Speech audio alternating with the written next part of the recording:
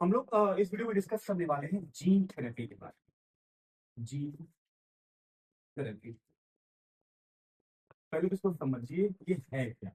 तो थेरेपी का मतलब होता है सही करना, फिट करना, बेहतर करना, इलाज करना। इधर से आप समझ सकते हैं। लेकिन by using what, not by using the medicine और some chemicals, it is by using gene.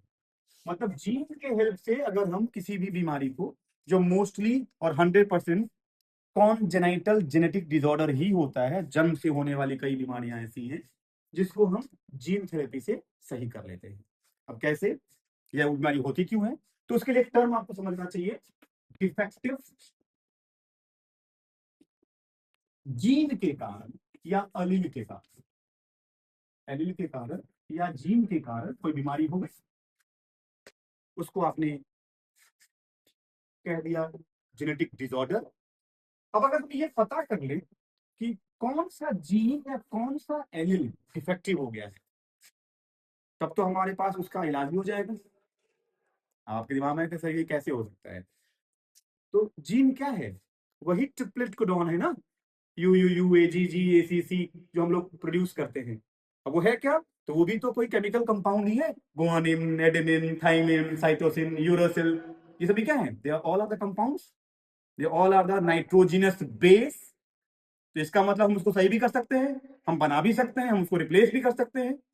तो अगर डिफेक्टिव एलील का पता चल गया तो हम एक हेल्दी एलील को या हेल्दी जीन को इंट्रोड्यूस कर सकते हैं। हेल्दी जीन को अगर हम उस पेशेंट के बॉडी में इंट्रोड्यूस कर दें तो बहुत आसानी से किसी भी जेनेटिक डिसऑर्डर को, आपकी बुक में 3-4 है लिखी हुई, जिसमें सबसे जो मोस्ट कॉमन बोर्ड एग्जाम में आ चुका है वो है ADA, adenosine deaminase enzyme deficiency disease.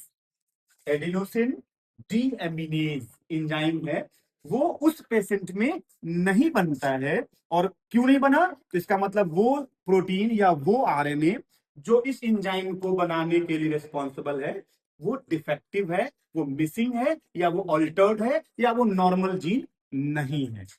तो पता चल गया हमें कि वो जीन, वो आरएनए फ्रेगमेंट्स जो वो पर्टिकुलर एंजाइम बनाने के लिए रिस्पॉन्सिबल है, वो मिसिंग है। अब अगर हम उसी आरएनए को रिप्लेस कर दें तो इसका मतलब हो गया हम इस बीमारी को बहुत आसानी से सही कर सकते हैं। ठीक है, हम नेक्स्ट वीडियो में इसको समझेंगे कि उस डिजीज को सही करने के लिए हमें क्या क्या स्टेप लेनी होती है। और ये पहली बार एक 4 साल की बच्ची में देखा गया था 1990 में।